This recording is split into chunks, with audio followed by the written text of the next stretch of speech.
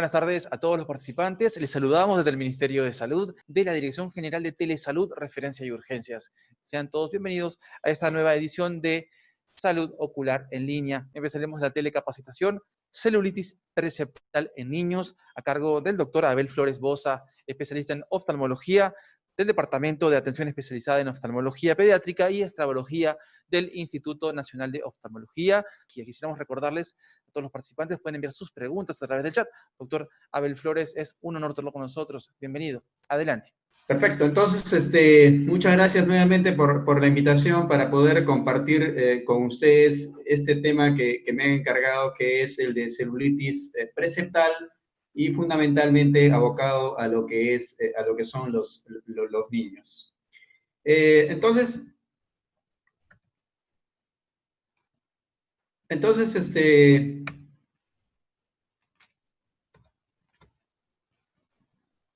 bien, entonces, ¿cómo vamos a definir una celulitis preceptal?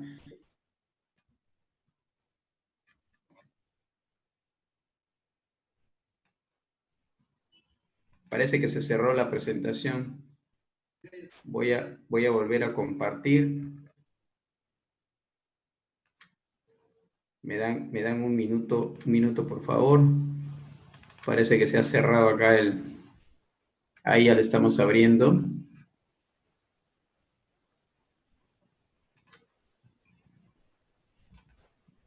A ver, entonces, aquí está el archivo.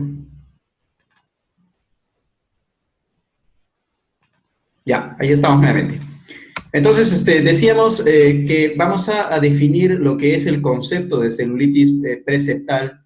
Entonces, la celulitis en realidad viene a ser un proceso infeccioso que está limitado al tejido celular subcutáneo y a la piel anterior al septum orbitario, ¿correcto? Entonces, ese es el concepto que debemos tener para denominar a estos procesos infecciosos. Ahora, es importante entender que la celulitis preceptal es el tipo más común de infección periocular y es importante también entender que es menos severa que la celulitis orbitaria, como vamos a verlo de manera gráfica un poco más adelante. Pero lo fundamental, diríamos, de la celulitis preceptal es que esta patología requiere un conocimiento adecuado de las características clínicas, de la fisiopatología, para poder hacer un diagnóstico preciso y fundamentalmente hacer un tratamiento oportuno, ¿correcto? Porque si bien es cierto, esta patología es menos severa que una celulitis orbitaria, sin embargo, no está exenta de poder, diríamos, progresar hacia una infección más posterior, es decir, con compromiso de la órbita, e incluso llevar a complicaciones visuales y complicaciones del sistema nervioso central. Entonces, eso es lo importante a entender y comprender el diagnóstico y el manejo de las celulitis preceptales. Entonces, vamos a aprovechar este gráfico para poder recordar un poco de los conceptos anatómicos que son fundamentales para entender esta patología. Mira, entonces acá tenemos la órbita. Esta es la órbita del lado derecho, y podemos ver que esta estructura está formada por diferentes huesos, son 7 huesos, y el reborde orbitario, diríamos, que lo vengo a señalar acá con el cursor. El reborde orbitario, les decía, va a estar en contacto o va a tener una lámina fibrosa, y esta lámina fibrosa que igual que le estoy señalando acá con el cursor, diríamos, se va a extender desde el reborde orbitario hasta el párpado, hasta los párpados, ¿correcto? Y entonces eso viene a constituir lo que es el septum orbitario, y ese va a ser el punto anatómico que va a delimitar las celulitis preceptales de las celulitis posceptales, o también llamadas celulitis orbitarias. Vamos a verlo en un gráfico, diríamos, de otro corte, en un corte sagital. Entonces pueden ver acá ustedes las estructuras del ojo y sus anexos. Acá está el globo ocular, perfectamente representado, con la parte más anterior que viene a ser la córnea. Acá tenemos el iris, tenemos el cristalino, ¿no es cierto? Y tenemos el globo ocular recubierto por los párpados. Acá vendría a estar el tarso superior y acá el tarso inferior. Y entonces fíjense ustedes que acá está el techo de la órbita y acá abajo el piso de la órbita. Entonces, acá existe una membrana, un tejido conectivo que va, diríamos, extenderse desde el reborde orbitario hasta el párpado y entonces va a separar la piel, tejido celular subcutáneo y el músculo orbicular del tejido adiposo que está por detrás, que está propiamente en la órbita. Entonces, esa estructura que estoy señalando acá con el cursor viene a ser el septum orbitario y de igual manera en la parte inferior. Entonces, si nos podemos dar cuenta, esta estructura va a delimitar dos compartimientos fundamentales y eso es importante tenerlo presente para entender entonces que la celulitis preseptal viene a ser un proceso infeccioso de las estructuras que están por delante de este septum orbitario, es decir, la piel y el tejido celular subcutáneo que está acá, igual hacia abajo. Pero cuando el compromiso ya es posterior al septum, entonces estamos hablando de otra patología. Entonces, fundamentalmente hoy día nos vamos a referir a lo que son las celulitis preseptales. Entonces, entendiendo ya un poco el concepto de esta patología, existen algunos factores predisponentes y algunos factores causales. Frecuentemente cuando vienen a la consulta los papás nos preguntan, y doctor, ¿por qué se produjo esto? Y en realidad los factores predisponentes o los factores causales más frecuentes en niños, a la cabeza va el trauma, ¿correcto? El trauma que se produce en el párpado, por ejemplo, con algún objeto y ese objeto puede estar contaminado, entonces va a producir una celulitis preseptal. Una infección en la piel, una piodermitis, también es una causa de una celulitis preseptal. En niños, diríamos, tiene una importancia muy relevante las infecciones de las vías respiratorias superiores, ¿correcto? Aquellas sinusitis, sobre todo las sinusitis etmoidales en niños y sobre todo en niños pequeños. Esas, diríamos, toman una relevancia importante como factor de las celulitis preseptales. Y sobre todo lo interesante de esto es que algunos estudios han demostrado que muchos de estos niños con infecciones de senos paranasales pueden tener celulitis preseptales a repetición. Entonces, mucho ojo con eso. Y una causa importante en nuestro medio también viene a ser la presencia de abscesos dentales.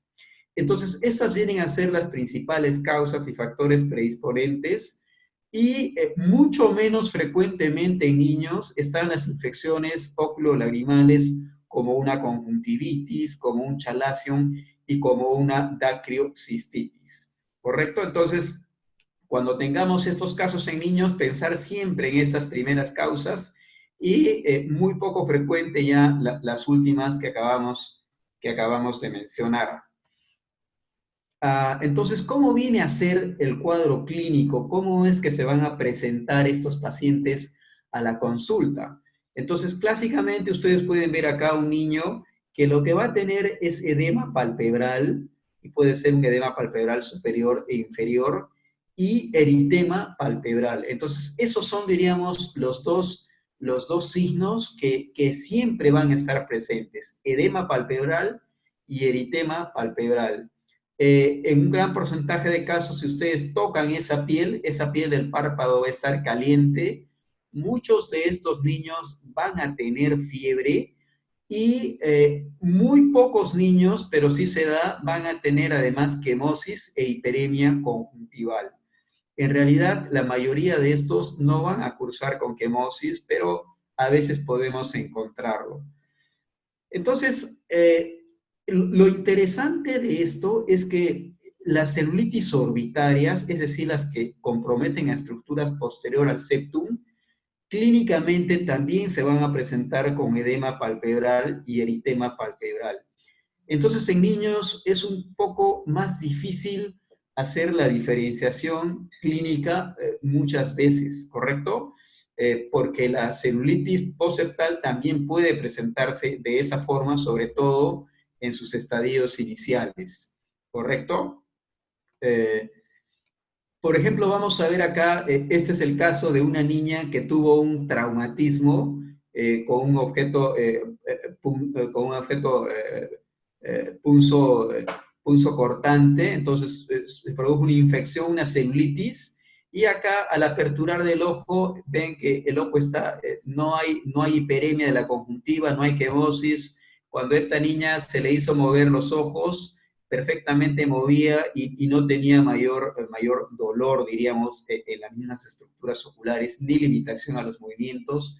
Entonces se trataba de una celulitis preseptal. Otra causa que también, diríamos, se ve en los niños viene a ser las celulitis producidas por el virus de la varicela. Pero esto ya no es tan frecuente hoy en día, puesto que se incluye la vacunación de varicela en los diferentes esquemas, los que se manejan en nuestro país, diríamos, antes se veía mucho más frecuentemente y ahora ya no es tan frecuente ver estas celulitis asociadas a varicela o al virus del herpes, porque recordemos que la varicela pertenece al grupo de los virus del herpes. Y este es un niño que tiene una celulitis asociada a una infección de la vía respiratoria superior. Entonces estamos viendo diferentes, diríamos, formas o diferentes variaciones en la presentación clínica.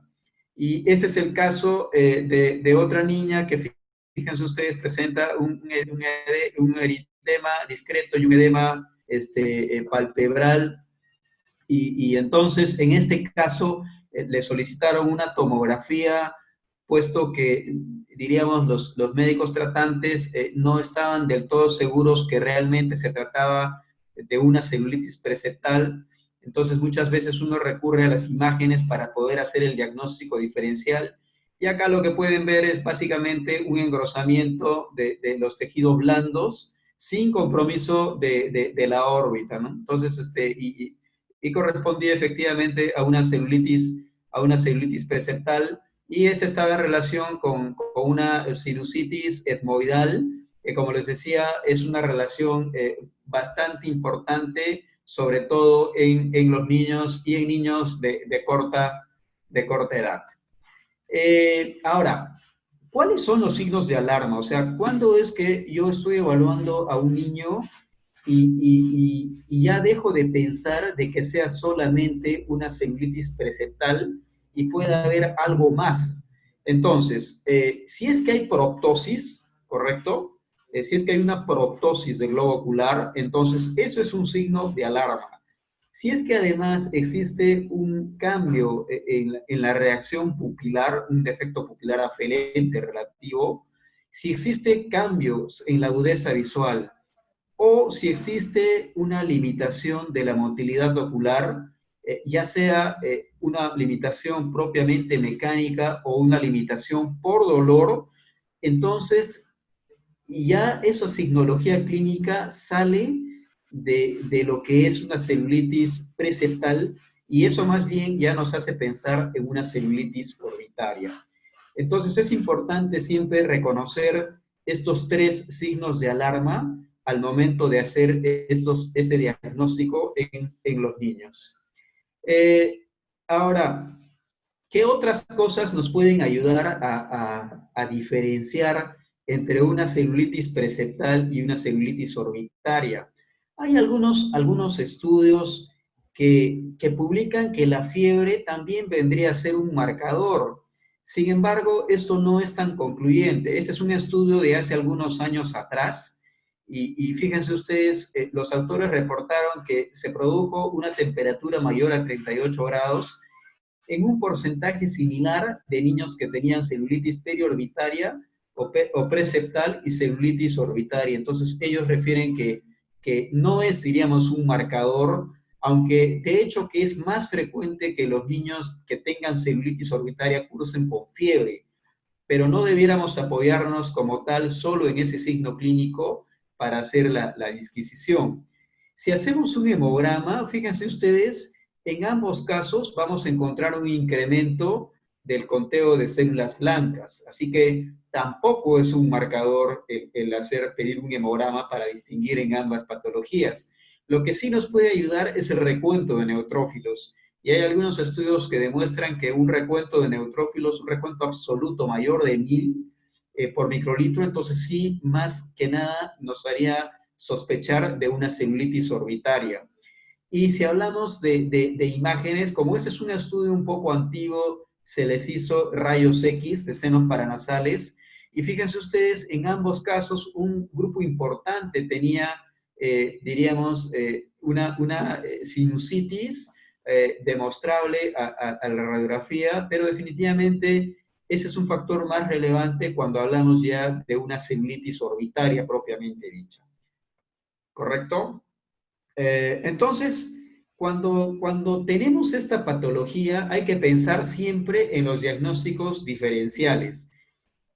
Y esto es fundamental porque si no vamos a hacer un diagnóstico errado y por tanto un tratamiento también errado. Entonces, esos son los principales diagnósticos diferenciales que debemos tener siempre en mente. A la cabeza va la alergia periocular. Entonces, este es el caso de un niño con una alergia. Entonces, en las alergias oculares, típicamente el compromiso va a ser bilateral, pero a veces sucede que el niño se frota un ojo sostenidamente y eso va a producir un edema palpebral, un eritema palpebral, y además puede producir quemosis, ¿correcto? Pues puede producir quemosis, pero siempre en estos casos va a ser fundamental el antecedente. Entonces ustedes preguntan a los papás y ellos rápidamente les van a decir que el niño es alérgico, que el niño tiene rinitis, que el niño tiene broncoespasmo. Entonces el antecedente va a ser clave. Otra cosa fundamental es que el edema en la alergia es un edema frío. Ustedes tocan la piel del párpado y la piel del párpado no va a estar caliente como en el caso de una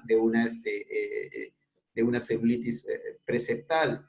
Otras características asociadas vienen a ser la rinitis, el niño tiene rinorrea hasta que se frota la nariz. Entonces estos cuadros alérgicos son típicos, ¿no es cierto? Y siempre hay que hacer la disquisición con estas celulitis preseptales. Otra causa, diríamos, otro diagnóstico diferencial viene a ser el trauma. Se produce un trauma directo al ojo, sin solución de continuidad, entonces también es un diagnóstico diferencial. Obviamente acá va a ser fundamental el antecedente. Entonces preguntar a la familia, ¿se cayó su niño? Sí, doctor, efectivamente se golpeó contra el borde de la cama. Entonces, claramente ustedes podrán pensar de que se trata de un traumatismo y no de un proceso infeccioso. Ahora, menos frecuentemente en niños enfermedad tiroidea, ver una orbitopatía tiroidea, que la verdad es que es muy, muy raro ver compromiso de orbitopatía tiroidea en niños con trastornos tiroideos. Sí es frecuente ver niños con trastornos tiroideos, pero solo un poco porcentaje de ellos hacen orbitopatía tiroidea, que clásicamente van a tenerla con proptosis y diríamos, una caída del párpado. A veces pueden simular estos casos. De todos modos, hay que tenerlo presente como diagnóstico diferencial, sobre todo en niños un poco más grandes. Y otro diagnóstico diferencial viene a ser la celulitis orbital temprana. Y diría yo que este es el principal diagnóstico diferencial a tener presente, puesto que el pronóstico de una celulitis preseptal es muy distinto al pronóstico de una celulitis orbitaria, aunque clínicamente al inicio ambas puedan parecer iguales. Entonces, este diagnóstico diferencial es el que hay que tener, diríamos, más cuidado y ser prolijo para poder estar seguros si estamos ante uno o ante el otro. Entonces, miren ustedes, esta es una fotografía de una niña que tuvo un traumatismo, ella se golpeó contra un mueble, entonces acá el antecedente, como les decía, es importante, acaba de existir un incremento del volumen de los tejidos blandos y, como en este caso, al cuarto día va a haber ya una involución, diríamos, del edema. Esa es también la característica del cuadro clínico. Este es el caso de un niño que tuvo un traumatismo más severo y acá ya se asoció una fractura del piso orbitario, entonces ya diríamos, el edema es mucho mayor, hay quemosis, entonces acá el antecedente es fundamental para poder, diríamos, pensar si estamos ante un proceso infeccioso o un proceso traumático. Otras causas que no son tan frecuentes, pero siempre hay que tenerlas presentes, viene a ser la presencia de tumoraciones. Acá la forma de hacer el diagnóstico diferencial es el tiempo de evolución, ¿no es cierto? El tiempo de evolución, digamos, en este caso, miren, hay quemosis, hay incremento de volumen de las estructuras periorbitarias y le hacemos una tomografía y encontramos una lesión. Entonces, este es un rasgomiosarcoma, pero en este caso, diríamos, el tiempo de evolución es fundamental. O sea, papá y mamá les van a decir que el niño está con este problema ya hace algunas semanas o quizá un poco más tiempo. Entonces, de todas maneras, siempre hay que tenerlo presente, sobre todo, diría yo, en el diagnóstico diferencial de una celulitis orbitaria. Ahora, ¿cuáles son los microorganismos que están más frecuentemente involucrados en la celulitis preseptal?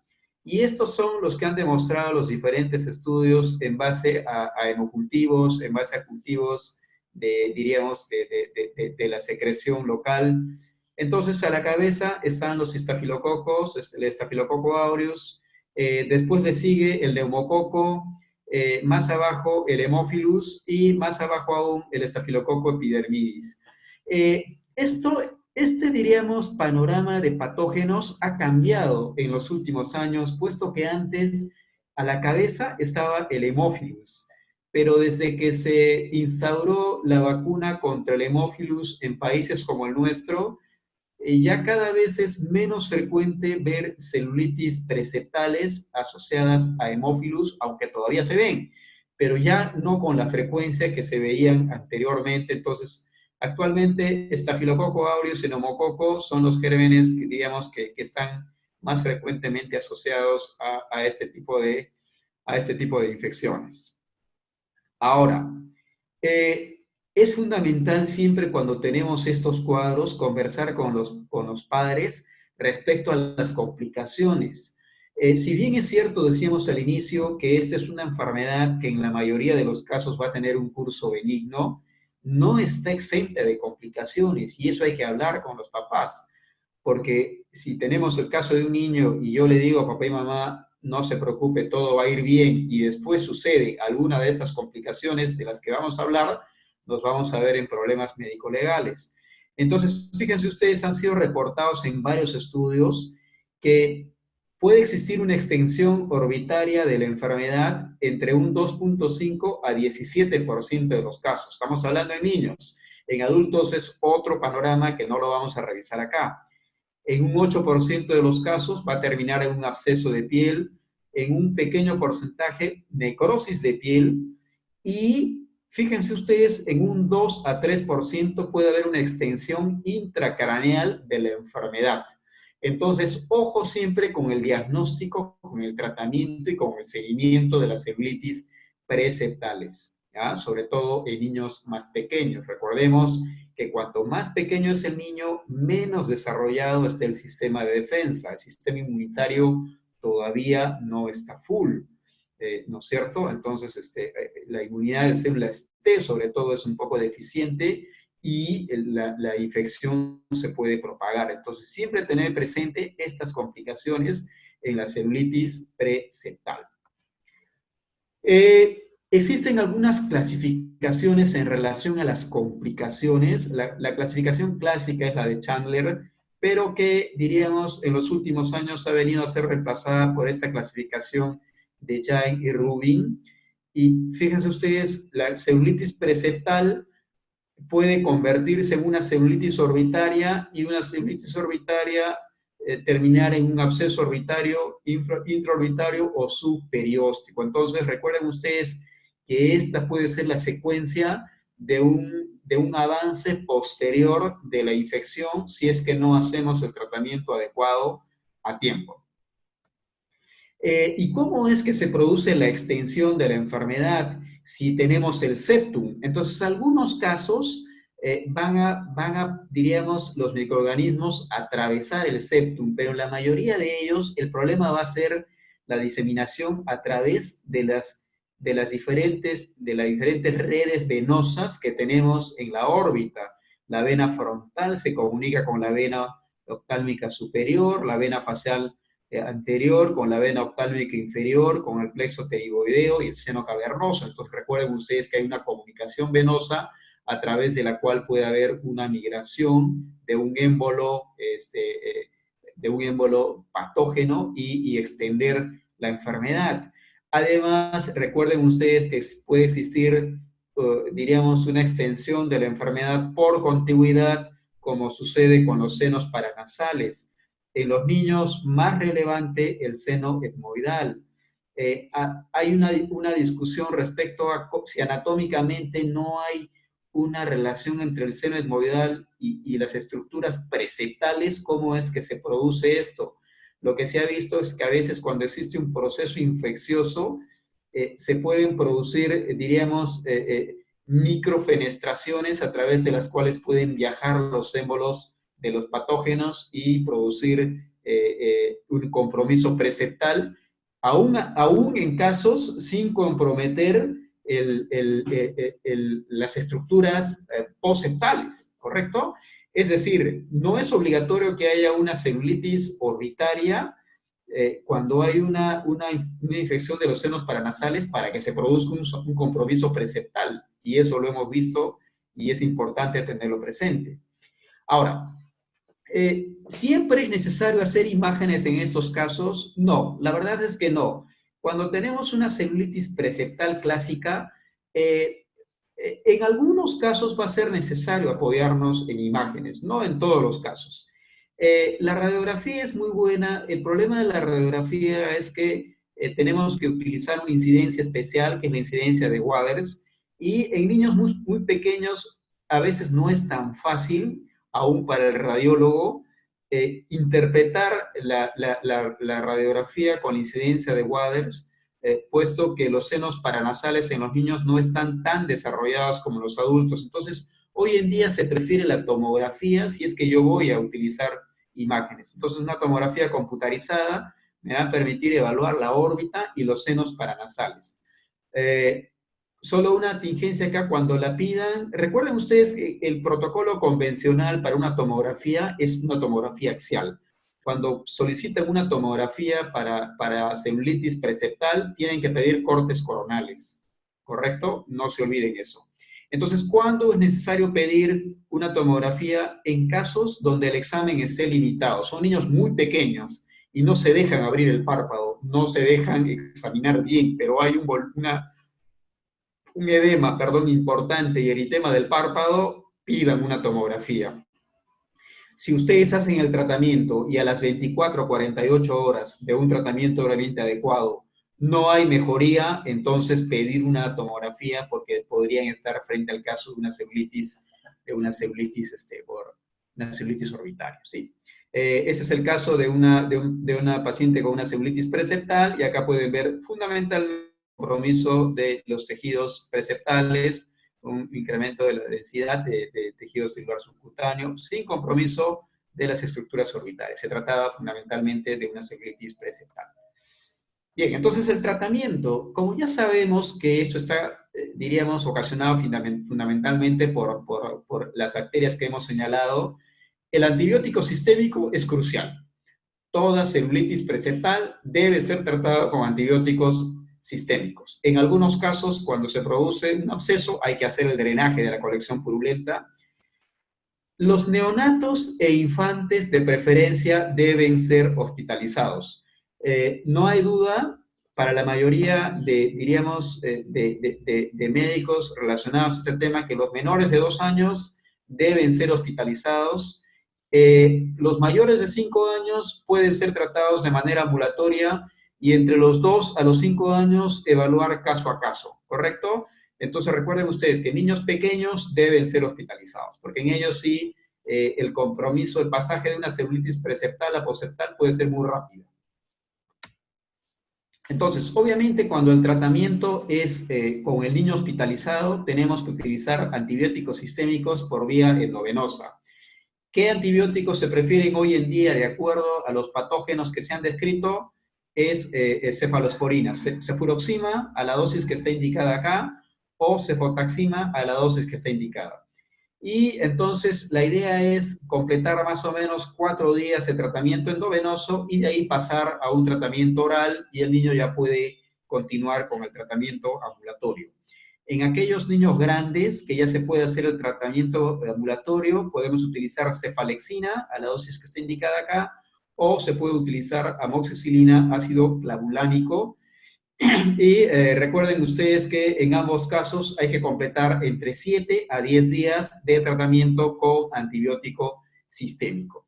Entonces, ese es el tratamiento que se prefiere hoy en día en base a el resultado de los cultivos que se han obtenido en los últimos años en diferentes países. En algunos casos, como les decía, el tratamiento quirúrgico es necesario. En realidad, en la celulitis preseptal raramente es necesario. Básicamente, cuando encuentran un absceso, este es el caso de un niño que tuvo una dacrocistitis, produjo una celulitis, entonces tiene un absceso, entonces hay que drenarlo. Pero no es común esto en los niños, pero puede ser necesario en algunos casos. Entonces, ya para concluir, podemos decir que la celulitis preseptal es la más común de las infecciones perioculares. Recordemos que requiere un diagnóstico precoz y un tratamiento oportuno y un tratamiento adecuado. Recordemos que la mayoría de los casos simplemente requieren un tratamiento ambulatorio bien llevado.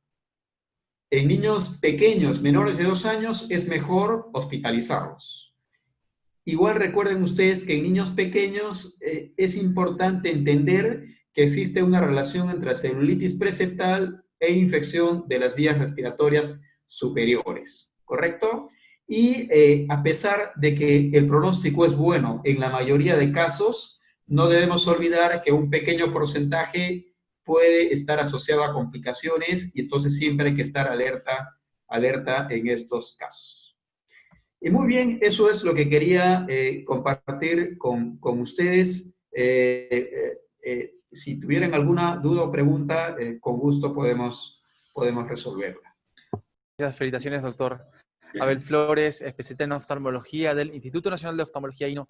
Envió la pregunta de cuáles son los exámenes de laboratorio que debemos indicar ante la sospecha del diagnóstico de una celulitis preseptal en un niño. Estábamos hablando de los exámenes de laboratorio. Les decía que cuando el niño está hospitalizado, fundamentalmente un hemograma es necesario. Y les decía que algunos estudios sugieren que también dosar proteína C reactiva puede ser importante para el seguimiento y puede ser un marcador, diríamos, de una celulitis orbitaria. Entonces, no está de más pedirlo cuando el niño está hospitalizado. Pero si es un caso ambulatorio, muchas veces no va a ser necesario pedir un examen de laboratorio, a no ser de que veamos al niño tóxico. Nos preguntan así, excelente ponencia, muchas gracias, doctor. Dice, tengo una duda con respecto a la celulitis preseptal a repetición que mencionó al inicio de la charla. ¿En qué casos se presenta y cómo sería el manejo de esta celulitis preseptal a repetición en los niños? Sí, efectivamente, hace algunos años, algunos autores, en un estudio que hicieron en Australia, vieron que había algunos niños, sobre todo niños menores de 7 años, que habían tenido como hasta 3 episodios de celulitis preseptal en un seguimiento, diríamos, de algunos años. Y cuando revisaron estos casos, se dieron cuenta que la mayoría de estos niños en la tomografía presentaban diríamos, unos hallazgos clínicos compatibles con una sinusitis. Y entonces ese es un punto a tener importante, diríamos, cuando uno maneja estos casos. Entonces siempre, cuando uno tiene esos casos, hay que manejarlo conjuntamente con el otorrino pediatra. Y nos preguntan sobre el tratamiento higiénico dietético, el tratamiento local de la celulitis preceptal. En algunos casos, cuando uno ve que hay un compromiso de la piel, es decir, una infección de la piel, se puede utilizar un antibiótico tópico, ojo, pero como coadyuvante. Y eso es importante tenerlo presente, ¿sí? Es decir, siempre el pilar es el tratamiento sistémico, eso nunca hay que dejar de lado. Y en algunos casos, como les decía, se puede asociar un antibiótico tópico si es que hay, diríamos, evidencia de que pueda existir patógenos en la superficie, se puede asociar antibióticos tópicos. Bien, nos han preguntado con respecto al tratamiento que nos mencionaba en el caso de ser alérgico a los medicamentos que nos había mencionado. ¿Qué otras alternativas tenemos? Ya, perfecto. En niños alérgicos podemos utilizar perfectamente eritromicina.